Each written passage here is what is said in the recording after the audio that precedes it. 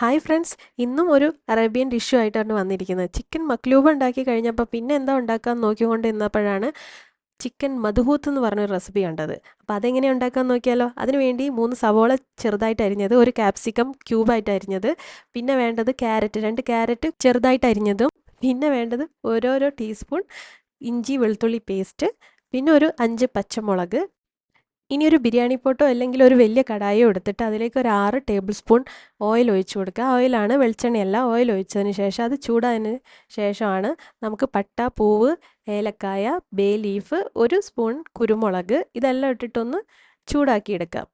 അതിനുശേഷം നമ്മൾ ചെറുതായിട്ട് അരിഞ്ഞ സവോള ഇട്ട് കൊടുത്തിട്ട് നല്ലപോലെ ഉപ്പ് വേണമെങ്കിൽ ഇട്ടിട്ട് ഇളക്കുക, അല്ലെങ്കിൽ അല്ലാതെ തന്നെ ഇളക്കിയിട്ട് ഒരു ബ്രൗൺ കളറാവുന്നത് വരെ നല്ലപോലെ ഇളക്കിക്കൊണ്ടിരിക്കുക. ഒരു 2-3 മിനിറ്റ് ഇളക്കുമ്പോഴേക്കും നമുക്ക് ഉള്ളിയെല്ലാം ഒന്ന് വഴണ്ട് കിട്ടും. അപ്പോൾ നമ്മൾ എടുത്തു വെച്ചിരിക്കുന്ന പേസ്റ്റ് ഇല്ലേ, ഇഞ്ചി വെളുത്തുള്ളി, അത് ചേർത്ത് കൊടുക്കുക. അതിൻ്റെ ഒരു പച്ച മണം മാറിയതിന് ശേഷം ഒരു 2 തക്കാളി മിക്സിയിൽ നല്ലപോലെ അരച്ചത് ചേർത്ത് കൊടുക്കാം. അതും ചേർത്തതിന് ശേഷം അത് നല്ലപോലെ അതിലത്തെ വെള്ളമൊക്കെ വറ്റി തക്കാളിയൊക്കെ ഒന്ന് വെന്ത് വരുന്നത് വരെ മിക്സ് ചെയ്ത് കുറച്ച് നേരം കഴിയുമ്പോൾ ഒന്ന് അടച്ച് വെച്ചിട്ടും കൂടെ അതിലത്തെ വെള്ളമൊക്കെ വറ്റി എണ്ണ തെളിഞ്ഞ് വരുന്നത് വരെ ഒന്ന് വേവിച്ചെടുക്കണം. നമ്മുടെ ചിക്കൻ മക്ലൂബ ഉണ്ടാക്കിയില്ല, അതിനേക്കാൾ എളുപ്പമാണ് ഇതുണ്ടാക്കാൻ. മക്ലൂബ കാണാത്തവർ വേണമെങ്കിൽ ഒന്ന് പോയി കണ്ടു നോക്കാം. ഐ ബട്ടണിൽ ഞാൻ കൊടുക്കാം, ഡിസ്ക്രിപ്ഷനിലും ഞാൻ കൊടുക്കാം ലിങ്ക്. അപ്പം നമ്മളെ തക്കാളിയൊക്കെ ഒന്ന് വഴണ്ട് എണ്ണയൊക്കെ തെളിഞ്ഞ് വന്നിട്ടുണ്ട്, വെള്ളമൊക്കെ വറ്റി.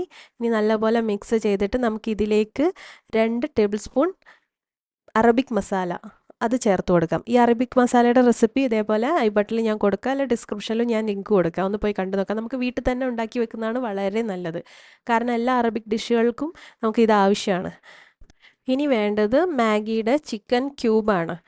ഈ ഒരു പാക്കറ്റാണ് മാഗിയുടെ ചിക്കൻ ക്യൂബ്. ഇതിൽ 10 എണ്ണം ഉണ്ടാവും. അപ്പോൾ അതിൽ 3 എണ്ണമാണ് നമുക്ക് ആവശ്യമുള്ളത്. അപ്പോൾ അത് പൊട്ടിച്ച് നമുക്ക് അതിനെ ആ ക്യൂബ് ഒന്ന് പൊടിച്ചിട്ട് അതിലേക്ക് ചേർത്ത് കൊടുക്കാം. നല്ലപോലെ ഒന്ന് ഞെക്കുമ്പോഴേക്ക് തന്നെ അത് പൊടിഞ്ഞ് കിട്ടും. അപ്പോൾ പൊടിച്ചിട്ട് അത് ചേർത്ത് കൊടുക്കാം. ഇനി വേണ്ടത് നമുക്ക് പച്ചമുളകാണ്. പച്ചമുളക് ഞാനിവിടെ കീറുന്നില്ല, അങ്ങനെ തന്നെ ഇടുകയാണ്. അത് വെന്ത് വരുമ്പോഴേക്കും അത് ഉടഞ്ഞോളും. എരിവിന് വേണമെങ്കിൽ മുളക് ഇട്ടിട്ടില്ലെങ്കിലും കുഴപ്പമില്ല. കുരുമുളകിൻ്റെയും പിന്നെ അറബിക് മസാലേൻ്റെ എരിവൊക്കെ ഉണ്ടാവും. ഇനി എരിവ് കുറച്ച് കൂടുതൽ വേണമെന്നുണ്ടെങ്കിൽ മാത്രം പച്ചമുളക് ഇട്ടാൽ മതി, അല്ലെങ്കിൽ അത് ഇടേണ്ട ആവശ്യമില്ല. അപ്പോൾ അതും ഒന്ന് ജസ്റ്റ് ഒന്ന് വഴറ്റിയതിന് ശേഷം കഴുകി വൃത്തിയാക്കി വെച്ച ചിക്കൻ ചേർത്ത് കൊടുക്കാം. 1 കിലോ ചിക്കനാണ് എടുത്തത്.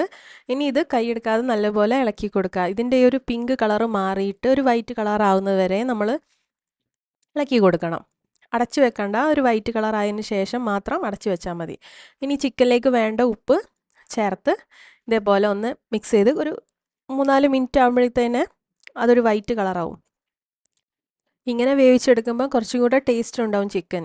ഇനി നമുക്ക് അടച്ച് വെച്ച് വേവിക്കണം. ഇത് കണ്ടില്ല, ഒരു വൈറ്റ് കളറായി ഏകദേശം അതിൻ്റെ കളറൊക്കെ മാറി വന്നു. ഇനി അടച്ച് വെച്ചിട്ട് ഒരു ചിക്കൻ ഒരു 85% വേവുന്നത് വരെ നമുക്കത് വേവിച്ചെടുക്കാം. വെള്ളം ഒഴിച്ചു കൊടുക്കണ്ട, ആ ചിക്കനിലും ഉള്ളിയിലൊക്കെ ഉണ്ടാകുന്ന വെള്ളം തന്നെ അതിൽ നിന്ന് ഇറങ്ങി വന്നോളും. അപ്പോൾ അതിൽ നിന്ന് തന്നെ അതൊന്ന് വെന്ത് കിട്ടണം. കാരണം ഇനി അരി ഇട്ട് കഴിഞ്ഞിട്ടാണ് ബാക്കി വേവ്. അരി ഇട്ട് അതിൽ ഒരു ബാക്കി ഒരു 20% അരി ഇട്ടതിന് ശേഷം അതിൽ നിന്ന് വെന്തോളും. ഇപ്പോൾ ഏകദേശം ഒന്ന് റെഡി ആയിട്ടുണ്ട്. ഇനി ഇതിലേക്ക് 2 ഉണക്ക നാരങ്ങ അത് ചെറുതായിട്ടൊരു കുത്തി ഓട്ടയാക്കിയിട്ടാണ് അതിലേക്ക് ചേർത്തത്. പിന്നെ വേണ്ടത് ചെറുതായിട്ട് അരിഞ്ഞ ക്യാരറ്റില്ലേ, അതും ചേർത്ത് കൊടുക്കാം. എന്നിട്ട് എല്ലാം കൂടെ ഒന്ന് മിക്സ് ചെയ്യാം. നമ്മളിവിടെ ഉപയോഗിച്ചിരിക്കുന്നത് സെല്ല റൈസാണ്, അല്ലെങ്കിൽ ബസുമതി റൈസ് ആണെങ്കിലും വേണ്ടിയില്ല.